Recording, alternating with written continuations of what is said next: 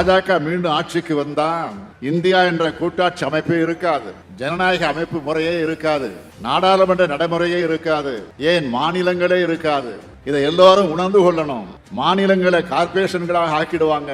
கண்ணுக்கு முன்னாடியே ஜம்மு காஷ்மீர் சிதைக்கப்பட்டதை பார்த்தோம். ஜம்மு காஷ்மீர் 2ஆக பிரிச்சு யூனியன் பிரதேசங்களாக ஆக்கினாங்க. தேர்தல் கிடையாது, அரசியல் கட்சி தலைவர்களுக்கு வீட்டு சிறை. இதுதான் பாஜக பாணி சர்வாதிகாரம். அந்த நிலைமைதான் எல்லா மாநிலங்களுக்கும் ஏற்படும். கேள்விகள் இல்லாத நாடாளுமன்றம், 140 எம்பிக்கள் சஸ்பெண்ட். இது நாடாளுமன்ற ஜனநாயகத்திற்கு அவமானம் இல்லையா? உலக நாடுகள் என்ன நினைக்கும்? சிரிக்க மாட்டாங்களா?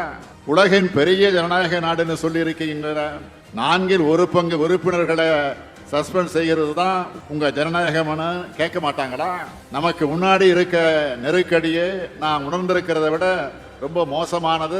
அகில இந்திய அரசியல் தலைவர்கள் இங்க இருக்கிறீங்க, உங்களுக்கு நான் அதிகமாக விளக்கம் சொல்ல வேண்டிய அவசியம் இல்லை.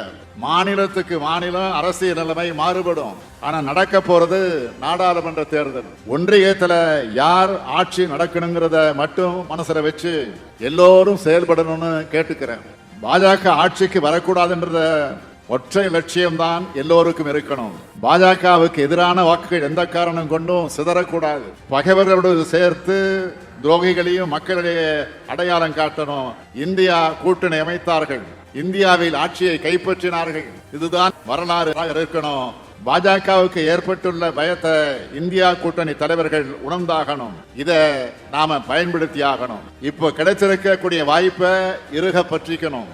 நாம ஒத்துமையா இருந்தா நிச்சயமா பாஜக தோற்கடிக்கப்படும். ஜனநாயகம் வெல்லும், அதை காலம் சொல்லும். தொல் திருமாவளவனும் வெல்வார், அதையும் காலம் சொல்லும்.